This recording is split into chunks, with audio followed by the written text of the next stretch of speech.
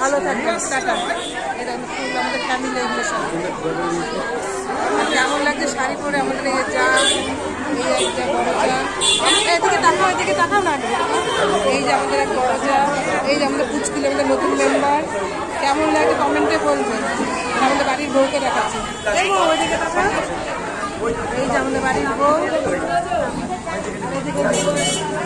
ছোট বউ, বাড়ির ছেলের বড় বউ। আর যা ফ্যামিলি কিন্তু অনেক বড়, প্রচুর বড়, দেখানো হয়নি এখন।